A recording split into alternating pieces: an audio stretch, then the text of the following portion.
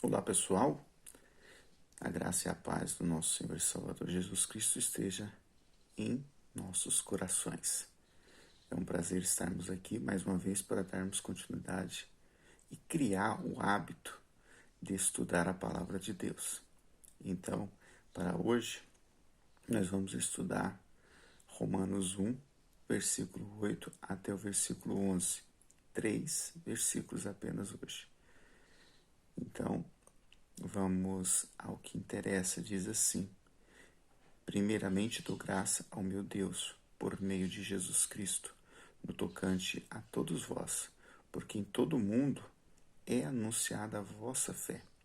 Deus, a quem sirvo em meu espírito no Evangelho do seu Filho, é minha testemunha de como incessantemente faço menção de vós, pedindo sempre em minhas orações que, em algum tempo, pela vontade de Deus, se me ofereça boa ocasião de ir ter convosco.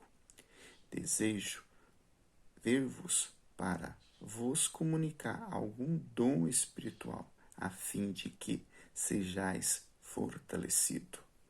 Então, nesse sentido dessas palavras aqui de Paulo, que é a carta que ele escreveu aos Romanos, é uma reflexão para os dias de hoje muito atual. Eu quero separar aqui este vídeo aqui, essa reflexão em 3 pontos principais. Primeiro, nós vimos aí no versículo 9 que ele fala de servir a Deus no Espírito. Então, vimos a importância da pessoa servir a Deus.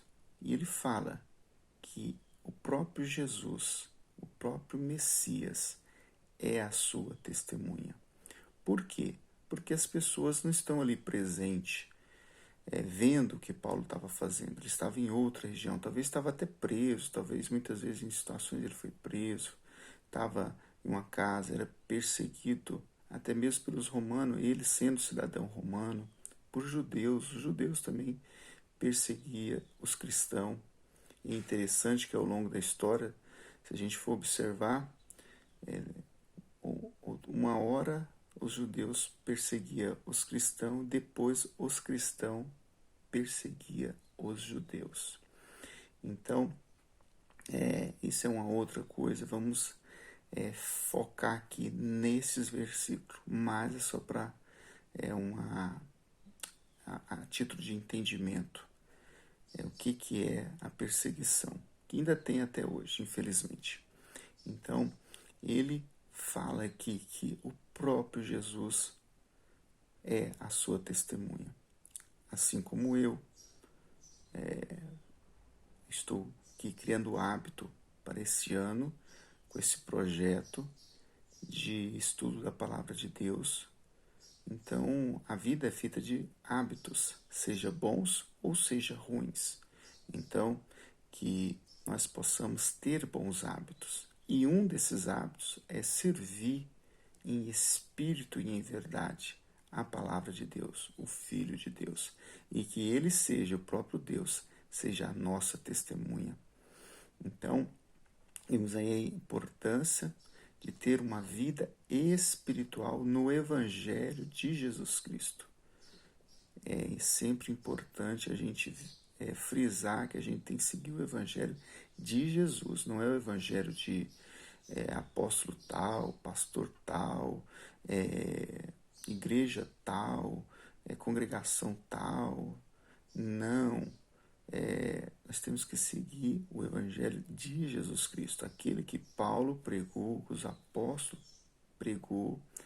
E aqui eles não estão falando de denominação, não estão falando, você tem que ir na Universal, você tem que ir na Deus e Amor, você tem que ser testemunha de Jeová, você tem... Não, é o Evangelho de Jesus.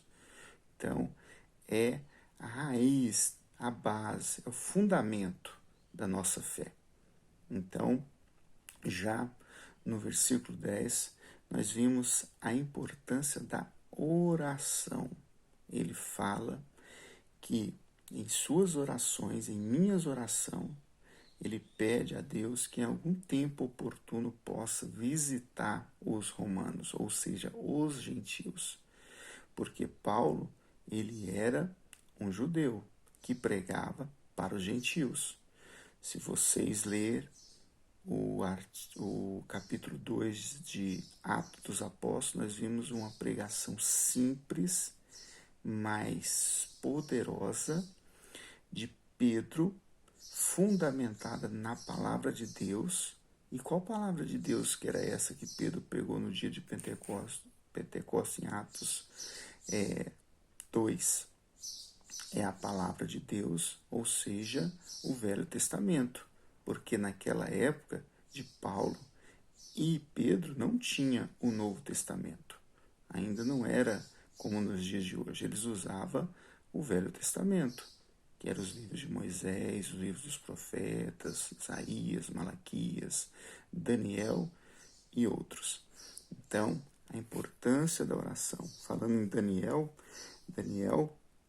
ele é narrado quando o rei Dário estava reinando, ele fez um decreto-lei para que durante 30 dias ninguém podia fazer oração ou petição a ninguém, a não ser o rei Dário.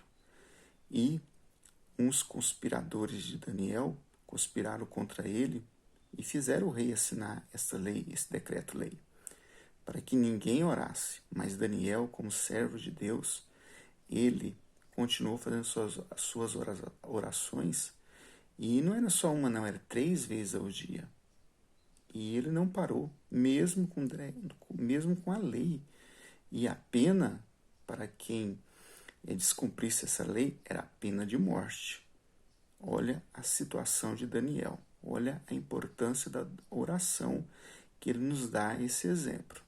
Então, hoje, as pessoas não têm orado, muito pouco, infelizmente. Mas nós temos que orar. E hoje não tem uma lei falando que nós não podemos orar. A pena para aquela lei que Daniel estava cometendo, aquela infração ali, que estava descumprindo aquela lei, era a pena de morte, e morte na cova dos leões. E nem por isso ele deixou de orar. Imagina hoje que não tem nada que proíba as pessoas de orar, ela já não ora. Imagine se tivesse uma lei que proibisse as pessoas de orar, uma lei que punisse com pena de morte. Imagina se tivesse. Aí as pessoas iam falar, não vou orar não, tá doido, vou descumprir a lei do rei, ou a lei do presidente, ou a lei do país, não vou orar não, porque senão eu vou parar a pena de morte, cova dos leões. Então, ele não deixou de orar, e Deus o livrou daquela pena, porque ele foi jogado na cova dos leões. Eu peço para os senhores e para as senhoras ler o livro de Daniel, que vocês vão ver essa história lá. Eu não vou ficar citando o capítulo e o versículo, por quê? Para que os senhores leiam o livro, cria o hábito de ler, como Paulo fala.